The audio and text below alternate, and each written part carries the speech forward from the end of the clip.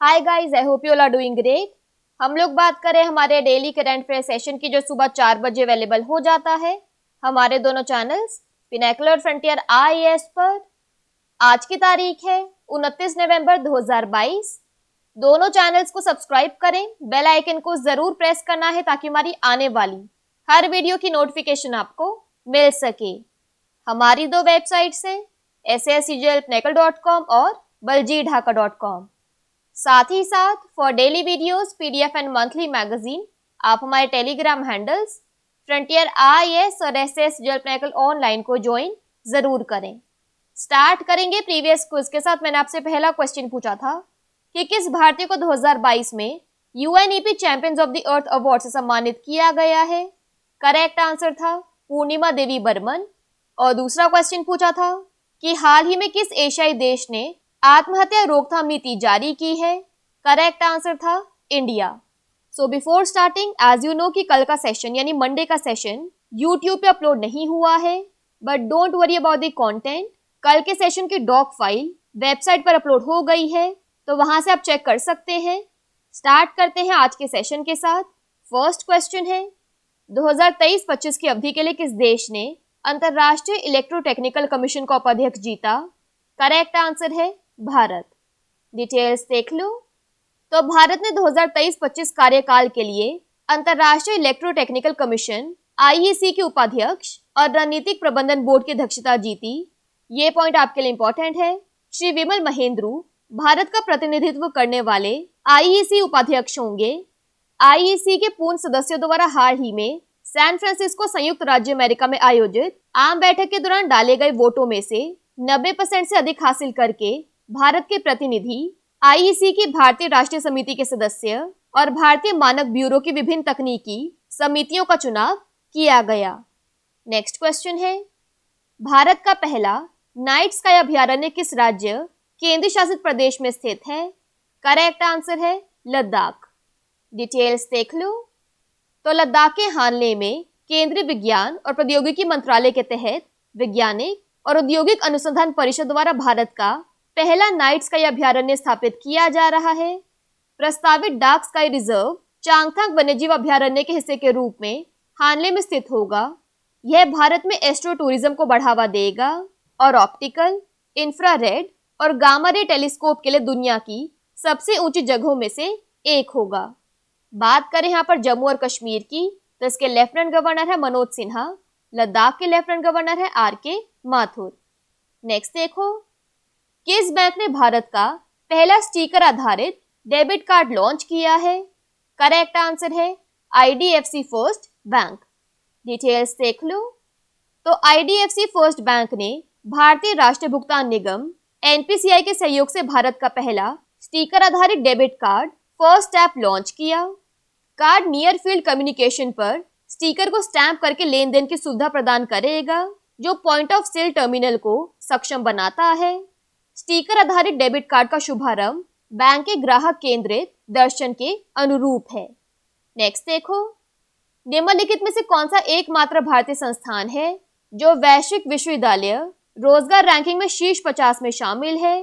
Correct answer है IIT Delhi. Details देख लो।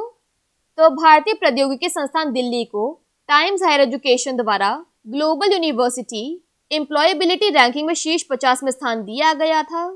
Global employability university ranking and सर्वे ने दुनिया के उन शीर्ष 250 विश्वविद्यालयों का खुलासा किया है जो नियोक्ताओं के अनुसार रोजगार योग्य स्नातक तैयार कर रहे हैं। वैश्विक स्तर पर कुल 44 देशों को सूची में शामिल किया गया है।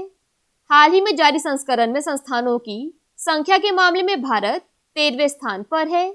यह स्वीडन, हांगकांग, इटली और सिंगापुर जैसे देशों से आगे है। भारतीय शैक्षणिक संस्थानों में आईआईटी दिल्ली एकमात्र ऐसा संस्थान है जो सूची में शीर्ष 50 में शामिल है। भारतीय विज्ञान संस्थान बेंगलुरु 58वें स्थान पर है। भारत में दूसरा सर्वश्रेष्ठ प्रदर्शन करता है। इसने अपनी रैंकिंग में 3 पायदान का सुधार किया है।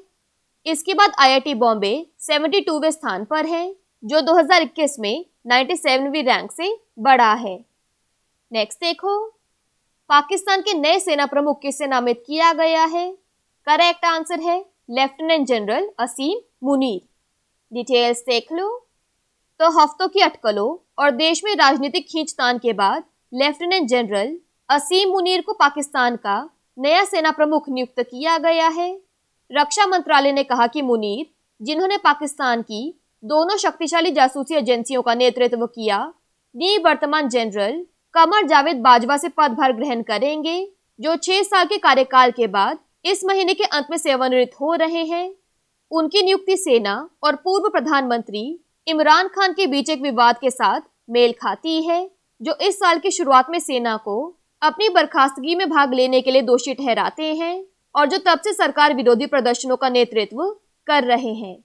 यहाँ तस्वीर में देख लीजिए। नेक्स्ट क्वेश्चन है, 27 साल के प्राकृतिक गैस आपूर्ति सौदे के लिए किस देश ने चीन के साथ साझेदारी की है? करेक्ट आंसर है कतर। डिटेल्स देख लो। तो कतर एनर्जी ने चीन के साथ 27 साल के प्राकृतिक गैस आपूर्ति सौदे की घोषणा की।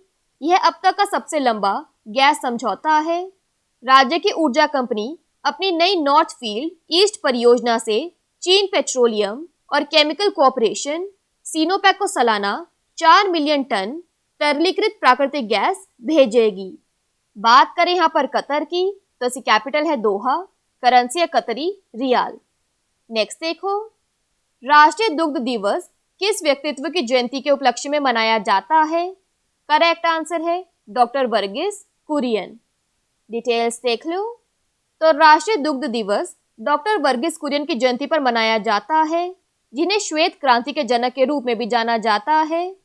यह दूध के महत्व और इसके समग्र लाभों को उजागर करने के लिए 26 नवंबर को मनाया जाता है।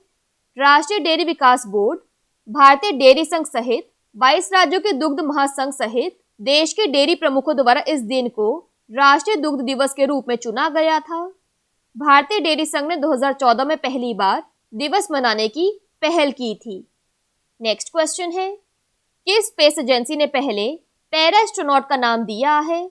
करेक्ट आंसर है ESA। डिटेल्स देख लो। तो यूरोपियन स्पेस एजेंसी ने शारीरिक अक्षमताओं वाले लोगों को काम करने और अंतरिक्ष में रहने की अनुमति देने की दिशा में एक बड़े कदम के रूप में पहले पैरा एस्ट्रोनॉट का नाम दिया है।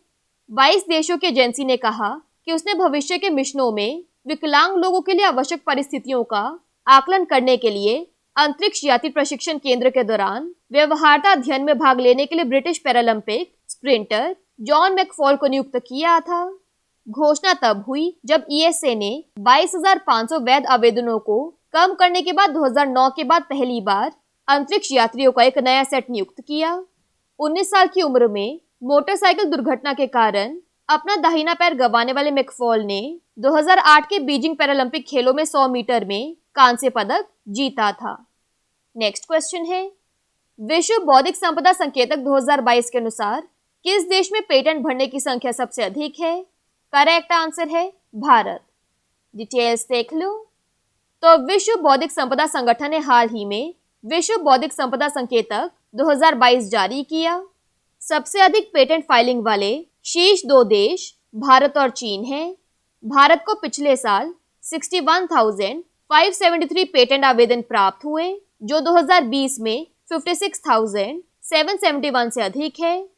5.5% तक चीन और भारत ने दक्षिण कोरिया के साथ स्थानीय पेटेंट फाइलिंग में मजबूत वृद्धि दिखाई, जो 2.5% उछल गई। पिछले साल अमेरिका में पेटेंट फाइलिंग में 1.2%, जापान में 1.7% और जर्मनी में 3.9% की गिरावट आई थी। लास्ट क्वेश्चन है आज के सेशन के लिए, India the mother of democracy नामक पुस्तक का विमोचन किसने किया? करेक्ट आंसर है धर्मेंद्र प्रधान। डिटेल्स देख लो। तो केंद्रीय शिक्षा और कौशल विकास मंत्री श्री धर्मेंद्र प्रधान ने नई दिल्ली में भारतीय ऐतिहासिक अनुसंधान परिषद ICHR द्वारा तैयार और प्रकाशित पुस्तक India the mother of democracy का विमोचन किया। यह पुस्तक सभ्यता की शुरुआत से ही भारत में निहित लोकतांत्रिक लोकाचार को प्रदर्शित करने का एक प्रयास है। इस पुस्तक में दिखाया गया है कि सभ्यता के प्रारंभ से ही भारत लोकतांत्रिक मूल्यों से ओतप्रोत रहा है। क्विकली बात कर लेते हैं आज के सेशन की समरी की। तो 2023-25 के लिए इंटरनेशनल इलेक्ट्रोटेक्निकल कमीशन की वाइस प्रेसिडेंसी मिली है इंडिया को। इंडिया का first ever night sky sanctuary Ladakh में स्थित है। इंडिया का पहला sticker based debit card IDFC first bank ने लॉन्च किया। ग्लोबल यूनिवर्सिटी एम्प्लॉयबिलिटी रैंकिंग में टॉप 50 में शामिल होने वाला ओनली इंडियन इंस्टीट्यूशन है IIT दिल्ली। पाकिस्तान के न्यू आर्मी चीफ बने हैं लेफ्टिनेंट जनरल असीम मुनीर। 27 साल के नेचुरल गैस सप्लाई डील के लिए चाइना ने कतर के साथ पार्टनरशिप की है। National milk day doctor Verghese Kurien के बर्थ एनिवर्सरी पर मनाया जाता है। First ever para astronaut announce किया ESA ने। वर्ल्ड इंटेलेक्चुअल प्रॉपर्टी इंडिकेटर्स 2022 के अनुसार highest number of patent filings हैं इंडिया में। और book India the mother of democracy को रिलीज किया धर्मेंद्र प्रधान ने। बात कर लेते हैं आज के सेशन के क्विज फॉर द डे की। आपका पहला क्वेश्चन है, अक्टूबर 2022 में डेबिट कार्ड बाजार में किस बैंक का दबदबा कायम रहा? और आपका दूसरा क्वेश्चन है, KVIC सेंट्रल ऑफिस मुंबई के CEO का पदभार किसने संभाला है? दोनों क्वेश्चंस हमारे प्रीवियस सेशन से हैं। इनके आंसर नहीं आएगा तो उनको चेक कर लेना। दोनों चैनल्स को सब्सक्राइब करें, बेल आइकन को जरूर प्रेस करना है ताकि हमारी आने वाली हर वीडियो की नोटिफिकेशन आपको मिल सके। हमारी दोनों वेबसाइट्स और टेलीग्राम हैंडल्स को ज्वाइन जरूर करना है। और दोबारा रिपीट कर रही हूँ कि मंडे सेशन वेबसाइट पर अवेलेबल है, आप वहां से चेक कर सकते हैं। Thank you so much. I will see you in my next session.